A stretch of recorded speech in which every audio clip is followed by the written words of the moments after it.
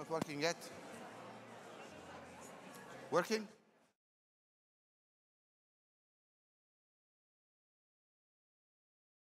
Please take your seat and sit down.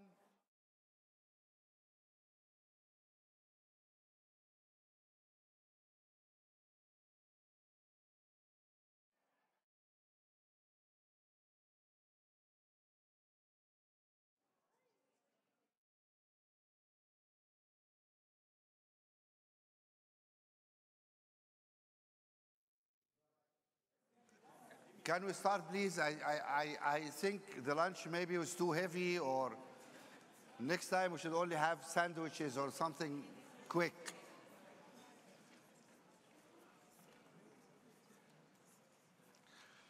Can we ask the people who are still eating to join us?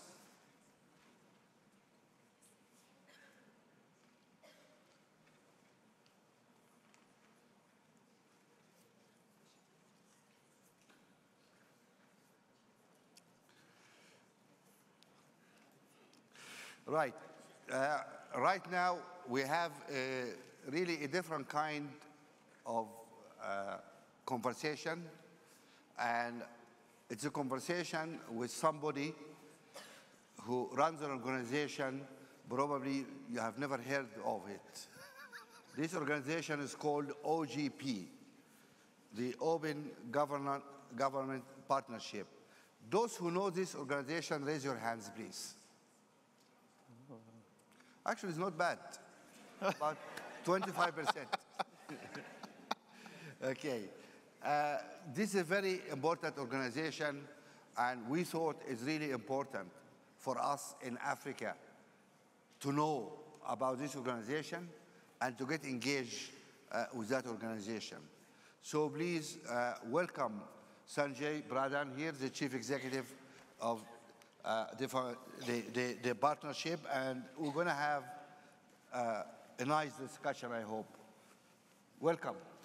Thank you, Mo. Thank you, everyone. I'm bracing for a life-changing experience of a conversation with Mo Ibrahim. Oh, come on. Okay. Right.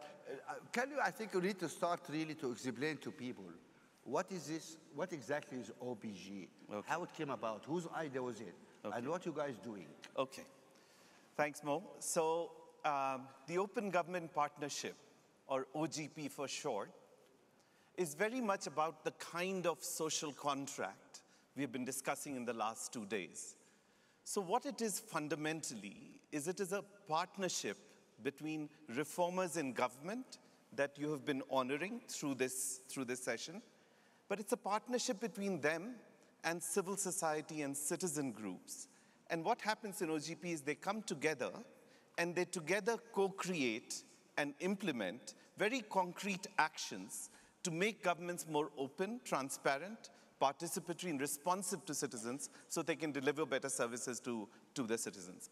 So what it tries to do is it tries to combine the commitment and integrity of reformers in government with the passion and energy of civil society and citizens, so we amplify the voice of the voiceless, which government then responds to.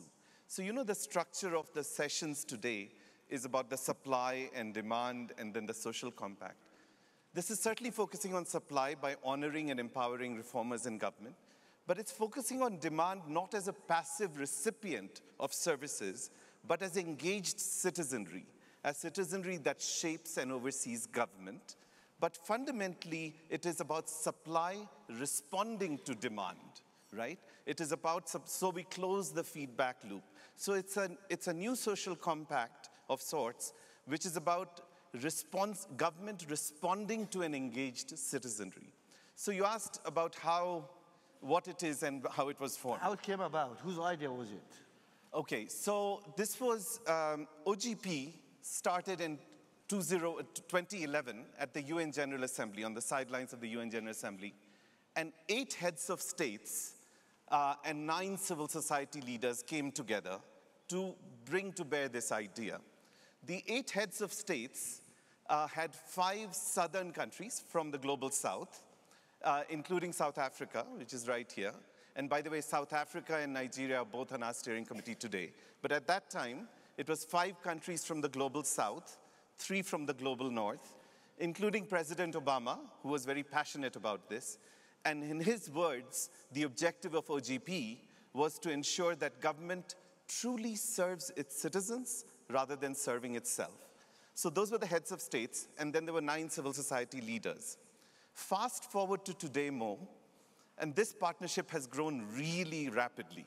So in just 6 years, 96 national and local governments have joined OGP. So that's 76 national governments, 20 local governments, and thousands of civil society organizations. So also local governments can join you? Yes. So about a year and a half ago, we made OGP go sub-national because it's only at the local level, as we have been discussing, that governments really can impact the lives of citizens in terms of delivering services to citizens. And one other thing more, in the last 6 years, these 96 national and local governments and civil society organizations have together co-created, developed, and implemented over 3,000 commitments. You can see them on our website. It's published, and the implementation of these action plans is assessed through an independent reporting mechanism and by civil society, and it includes actions. So, by the way, there are 15 African national and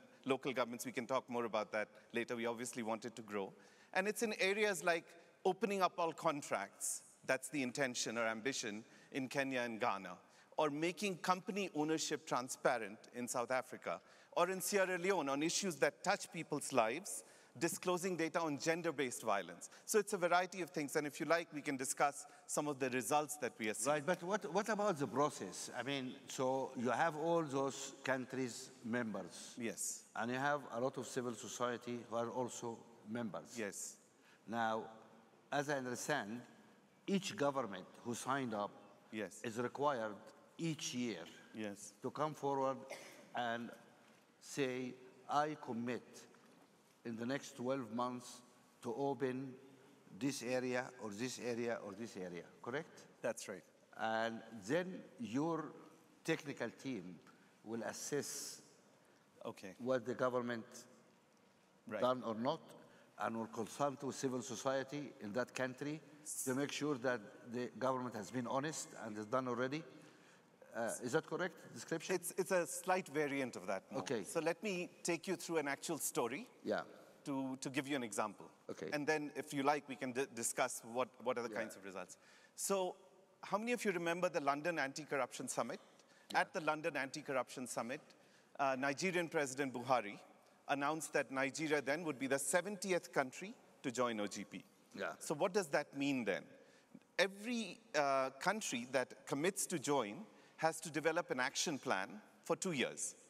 So in October, about a year and a half ago, Nigeria government and civil society came together to co-create the action plan. So it's not government saying, I shall do this. So there were about 300 civil society organizations. It was widely publicized. There were all kinds of groups that came forward. They created an open alliance of civil society organizations, which was headed by 3 really frontier organizations. So they themselves elected it. And reformers in government got together, and they created an action plan. An action plan which, if credibly implemented, can really make a difference. And what's in the action plan, just to make you, it committed to open contracting, that all contracts are disclosed in open data standards. That's difficult in Nigeria. It is very difficult. All these oil contracts given under the table and ministers signing to himself. Ngozi, you know all about that, Ngozi, don't you? Yes, she has a book on it. Where did she go? She disappeared. So the government is now committed to open contracts. So this is the interesting thing. This is the dynamic you see. So when President Buhari announced that OGP was going to join, and there was this government civil society came together, what it does is there are people in government who see this corruption that you talk about, and they're outraged by it. They want to make a difference, but they feel helpless and hopeless often. But when there is a commitment to join, it empowers them, and it empowers civil society, who's also been trying to make change happen. And together they find collective energy. So to give you a concrete example on open contracting, what happened? The minute this workshop happened, it empowered two very specific examples of people. There's Isaac Makulo, who's from the budget of public procurement. He's a young reformer, and he's remarkable. He won the Global Award of Government Innovation at the Open Contracting Partnership meeting in Amsterdam. He's a young guy. He had wanted to open up contracts. He was looking for this opportunity, which OGP provided.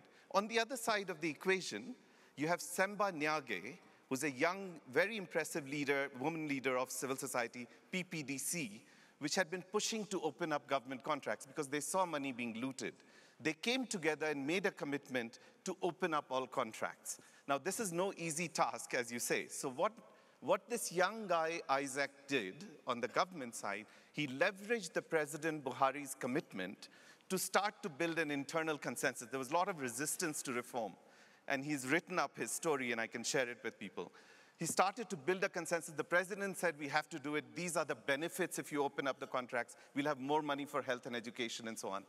Interestingly, Mo, what he also did is he then reached out to 40 civil society organizations in Nigeria because he felt that it was not sufficient for him. So he's created an online portal to disclose contracts in health, education, and so on. But he felt it was not sufficient for him to disclose the contracts because he needed the eyes and ears of citizens to oversee the contracts. So he reached out to 40 civil society organizations and tried to explain to them what these contracts would be so they can oversee it. This is what OGP is. It's this partnership between reformers in government and civil society who can together make change happen. And if I can just, sticking to the open contracting example more, just give you a glimpse of, so Nigeria is work in progress right now, but if you can give you a glimpse of the kind of results that you can see through this. So for this, I take you to another part of the world. I take you to Ukraine. And today there was a lot of talk about a captured state.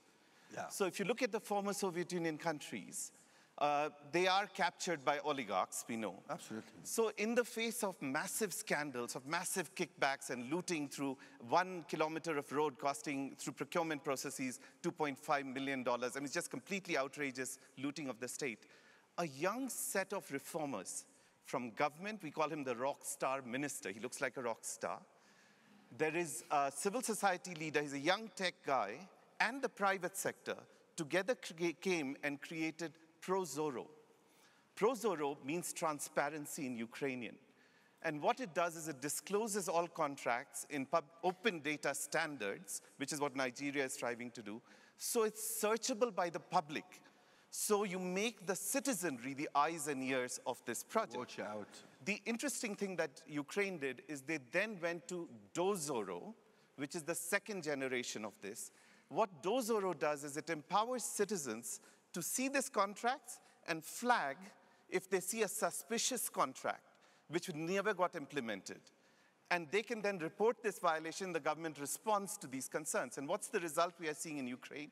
In just 2 years, there's an assessment done. It has estimated to have saved over $1 billion in 2 years in Ukraine. Wonderful. A survey of private sector entrepreneurs that was done reports that 60% of private entrepreneurs feel either a partial to significant reduction in perception of corruption because of Prozoro and Dozoro. And there is a 50% increase in the number of unique bidders to public contracting processes because they feel it's a level playing I think this is one, I think those guys deserve a hand. But if I could say one other thing on this, Mo, and again, you know, the applause, as you know, obviously is going to these courageous reformers in Ukraine. You know, I met him, they won the award.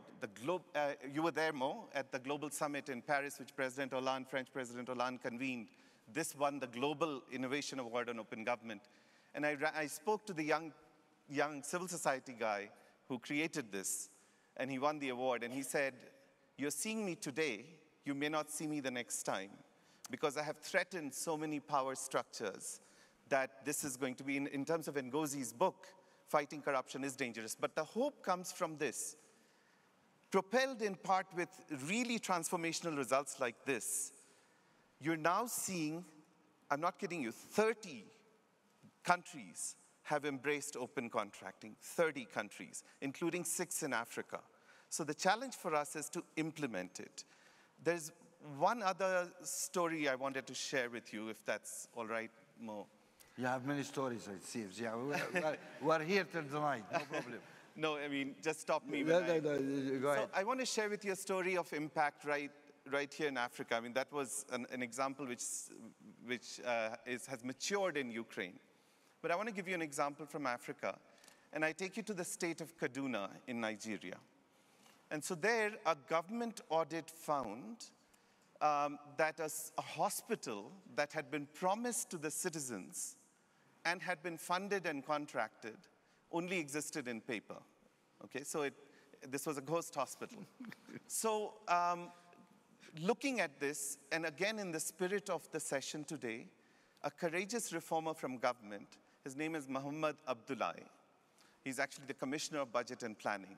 He said, this cannot stand. We have to change this. So what did he do? He got a set of paid government staff. He paid government staff and equipped them with a smartphone so they would go around and take photos, geocoded photos, of the status of projects and put inputs on where the projects were. So it was a good idea, but when he started, he realized that there are actually 3,000 projects in just Kaduna State alone, spread around 23 local jurisdictions. So his few paid staff could not do this. So then the idea came about an eyes and ears project. Why not turn to the citizens to be the eyes and ears of government? Yeah. So what they did is they created an app, mobile app, which is called City Feeds.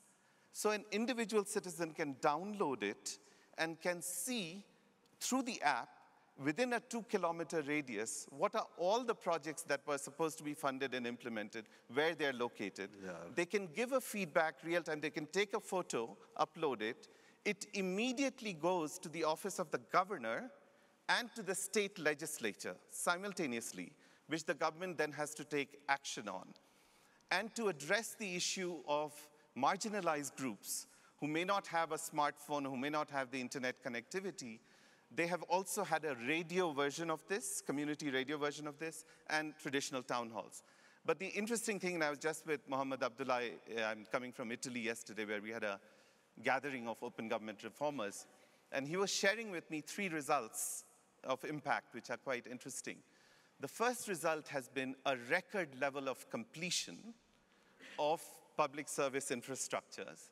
So they've completed, at a scale that they hadn't done before, 500 schools and 200 hospitals in just since they started. That's a wonderful approach, and I think this is something many of our guests here, especially those people involved in the provision of public services, mayors and the governance, etc. Maybe there is some lessons here to learn about really the importance of linking citizens and the state in order to watch over all this contract, to open all that area. No, this is really interesting. One question I want to ask you, how many African countries are members of your organization? Not enough. So we have 11 national governments, and we have 4 local governments. We clearly want many more African... Which African governments are members? So Nigeria and South Africa are on our steering committee, Kenya, Cote d'Ivoire, I mean, I can go through the whole, let's see, Ghana, then Sierra Leone. Where's my team? They can, I mean, we can tell you the list. No, but I mean, the idea is just I wanted our friends to realize whether your government signed up or not.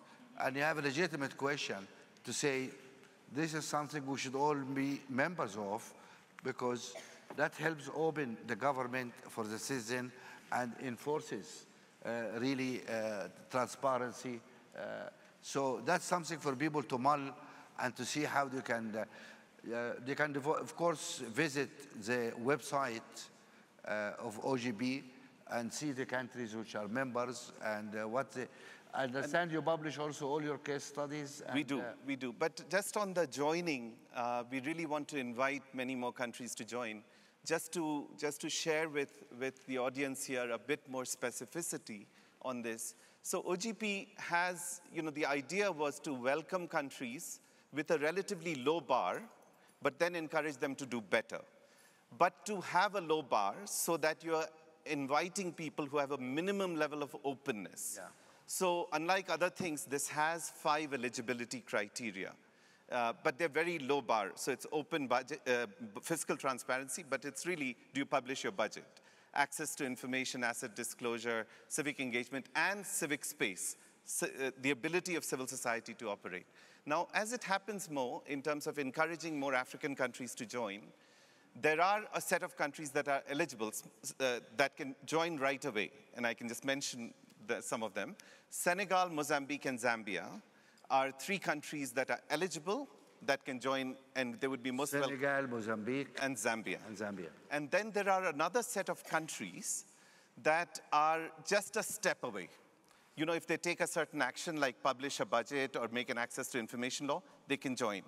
And this is one path I wanted to share, which is that we have seen a set of governments that have been very keen to join, which are not yet eligible, and they have taken some steps to join. So to give you an example, yesterday we saw the video and with the amazing President Sirleaf. And by the way, Liberia is the other country. She was at the start of OGP. So President Ouattara spoke yesterday. So President Ouattara announced in 2013 that Côte d'Ivoire wanted to join OGP, but they needed to meet the fiscal transparency criteria.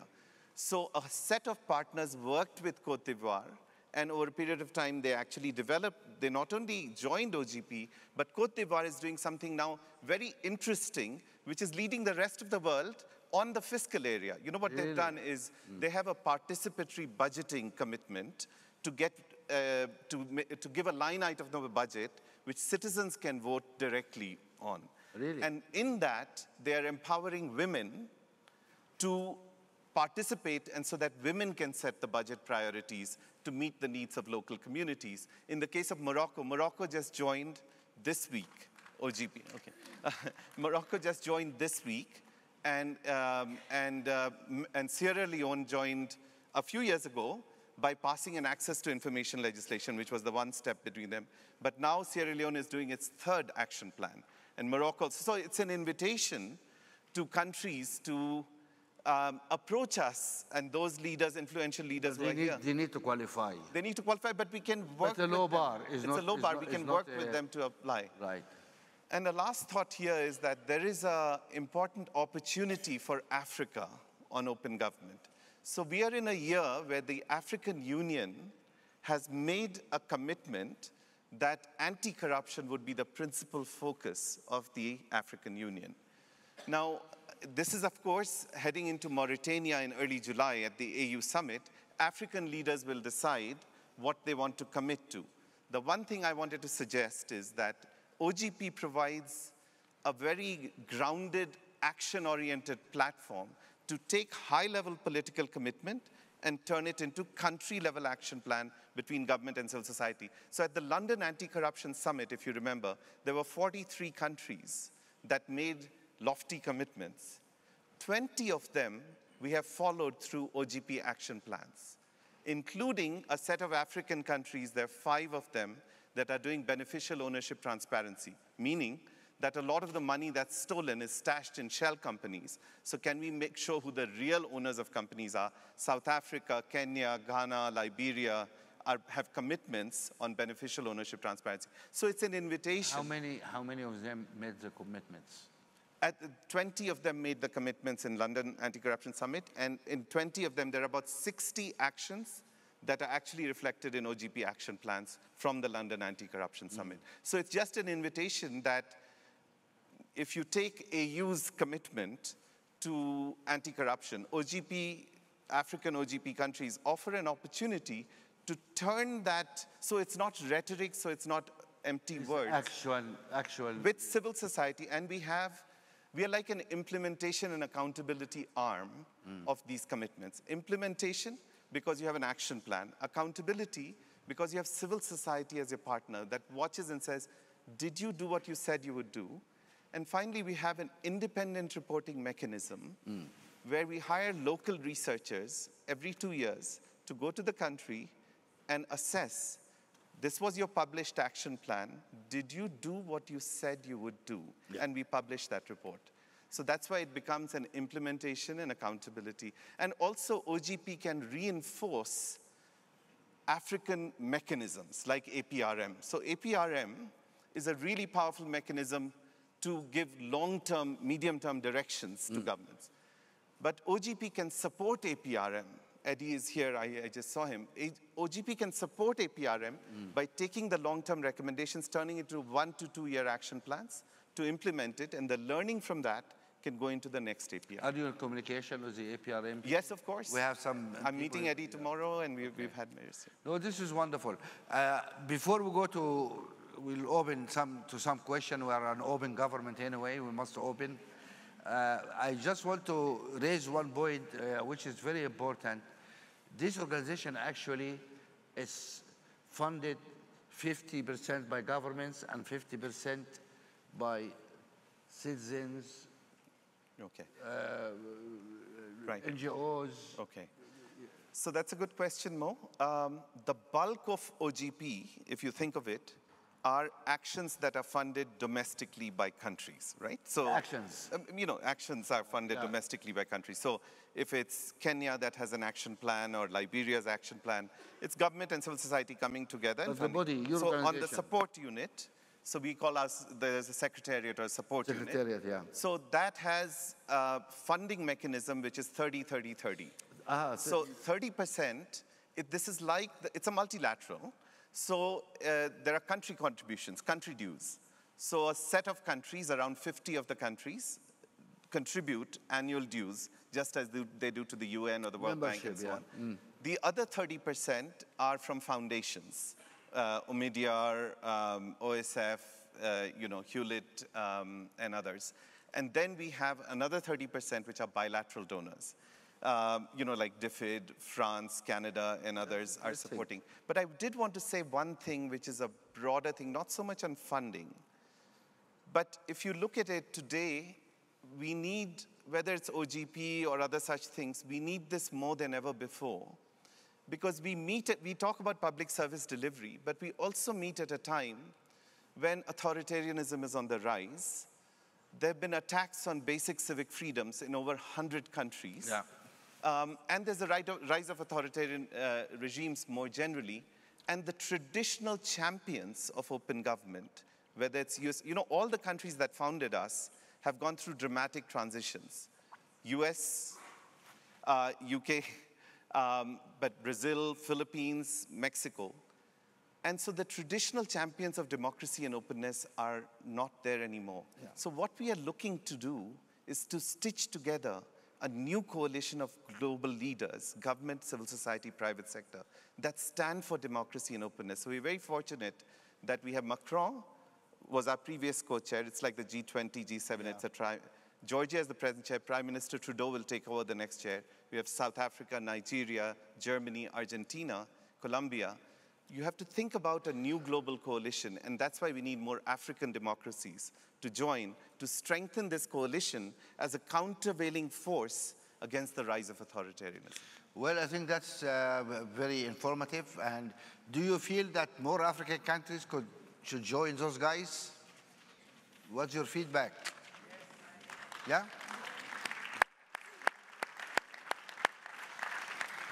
Well, we have time for 2 questions, please.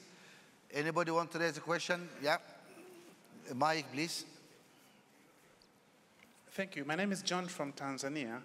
I'd like you to comment on the decision of the government of Tanzania to withdraw from OGP, while I think Tanzania was among the founding members of OGP. That's a good question. Tanzania was indeed at the very start, and it was unfortunate that Tanzania had to withdraw. I think it was a national decision that was taken, and the way I understand it, it was consistent with other such decisions that were being taken to withdraw from some of these international bodies. The interesting thing on Tanzania, I would just share with you, is that we have Kigoma, which is one of our local OGP pioneers. So we continue to stay engaged in Tanzania, and candidly, the national environment in Tanzania is repressing civic space. So let's call a spade a spade. And so the fact is, it's right now, if I can just say it, it's not what you would consider a true open government environment. But that's very interesting. I mean, can you please, can a brother from Tanzania tell us what is the rationale of the government of withdrawing from there? I know there is so many strange decisions that are being made by the Tanzanian government. Just educate us, what's going on? So I am not from the government, so I cannot speak on behalf of the government, but I think the interpretation was OGP is a mechanism designed by the powers up there. That's the interpretation. That's absolutely crap. Absolutely, but that's what we have heard. The majority of the countries are from the south. The leadership is from the south. The funding is coming from all those people. This not, I mean, you guys, are you going to withdraw from United Nations also? African Union? African Union is funded by European Union. Why are you members there? Mo, we have a very interesting person in the audience. Rakesh Rajani, if I can just call you out there. Where is Rakesh? I know Rakesh. Yes. Rakesh is a founder of OGP from Civil Society Tanzania. And there's also Tizwana, you know, what it's called, yeah. Come on. What's going on in your country? What do you want me to say? Look, in our foundation here, we say the truth. We say it as it is. What's going on? You know, I think there are different ways in which leaders exercise power. I think what we have in our country right now is a model of exercising power where only one person is in charge. What he thinks carries the day, and nobody else is expected to have a voice or opinions. And that's our model of running our country right now. That's really, can somebody have a word with him? I mean, that's not a way to go forward. So you could, and I think some of the leaders here, the presidents and prime ministers who are here, could have that word. But also on this, you know, just to perhaps look at ourselves a little bit, to take the challenge on ourselves. I think democracy is something that is not only engendered by leaders, it's also by people. And in many ways, I think this situation right now reflects a weakness on the part of governments and leadership, but also weakness on the part of ourselves as people and civil society. We need to get organized. We need to be able to stand up for our rights. We need to be able to fight for a vision of governance and running a country in a much more democratic way. And if you want that, the best person to talk to about that is this lady over here. Her name is Maria. She knows how to organize citizens. So let me give her the mic. Maria, what's going on, Maria? Trust Rakesh to put me on the spot. Well, I think that the most important thing is oftentimes we outsource our power to leaders, especially elected leaders. So I think I speak to many of us from African states where people, when you interview them, because I'm in the media, they will tell you, oh, can the government come and build something, or can the government come and solve something? And we don't usually take it on.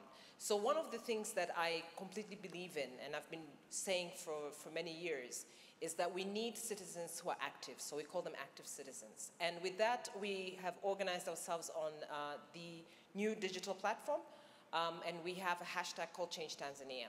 And through that, people tweet. We now have our own app, and we're working on that. We did a number of online petitions to government on different legislations.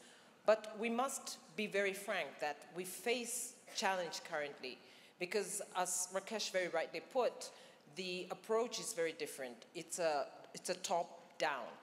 They don't really appreciate the bottom-up approach. So it is really upon us, the citizens, and I truly believe that it's upon us to make democracy work. We can talk all we want about the leaders. They may listen to us or not, but if we don't hold them accountable and we don't make them listen to us, then all this meeting that we have, and I've attended quite a number of them, is really just a very good exercise, and then we go home and things go on as it did before. Well, thank you, but No, but I think we should not hide, and I think people have been too polite for some time about what's going on. I understand that political parties have been banned from having meetings. I mean, what kind of democracy is that? And we heard some people have been killed. And so we're really concerned. And we're calling people to really engage with our brother and sister in Tanzania and say, come on, wake up. I mean, this cannot go on. And the problem where Africans are too shy, and until it's too late. Yes, please. Hi, my name is Mohammed Emersi from the Emersi Foundation. The question that I would like to put to you is that the reason why Africa doesn't seem to have made much progress on this fight against corruption and bribery is because I feel that Africa needs a universal anti-bribery code, a code that is designed by the African Union. It is adopted firstly on a voluntary basis by member states, and after a period of time, it must be compulsorily adopted. Because when you look at the experiences in the UK, you have the UK Bribery Act, the Swedish Act, and you have the FCPA. There are so many holes that one can blow through the system that it is impossible to prosecute anybody for anything. So I think that if Africa really wants to move the needle and eliminate the perception that Transparency International and others have about Africa, Africa needs to do something for itself. That's one. Secondly, I had the chance to talk to David Cameron, and he was very much behind this whole anonymous companies. But my point to him was that you only went halfway, because while you have now legislation that requires disclosure of ownership of companies, what you do not have still is a breakdown of trusts and foundations. So what people were doing on the anonymous side, you now overcome that by hiding ownership through trusts. So that's my the second point. And my experience about Ukraine is not as optimistic as yours. I feel that Ukraine, in order to get IMF funding, is ticking the boxes that it has got now. NABU and other organizations looking into this, but the reality is that not much has changed, and because of political considerations, the EU and the US are bending backwards to engage with the Ukrainian government without insisting on the framework. Thank you very much, Mohammed. Unfortunately, we run out of time, and I think, Mohammed, what you made actually is statements which are very clear. We support all, I think, all what we said. And actually, the African Union declared this union as the year to fight corruption. And the question is exactly what you're going to do about fighting it. I mean, it's nice to have slogans, but what is the plan? And that's something we really need to see developing forward. And unfortunately, President Kagame is not here. He's the chair of the African Union, because we need to ask them, what is the plan? So, you know, it's nice to say I'm anti-corruption, but show me the beef. So that's what we really hope to do. Ladies and gentlemen, on your behalf, I would like to thank my guest here, Sanjay. And thank you. Thank you very much. Please don't move, because you guys, when you move, don't come back.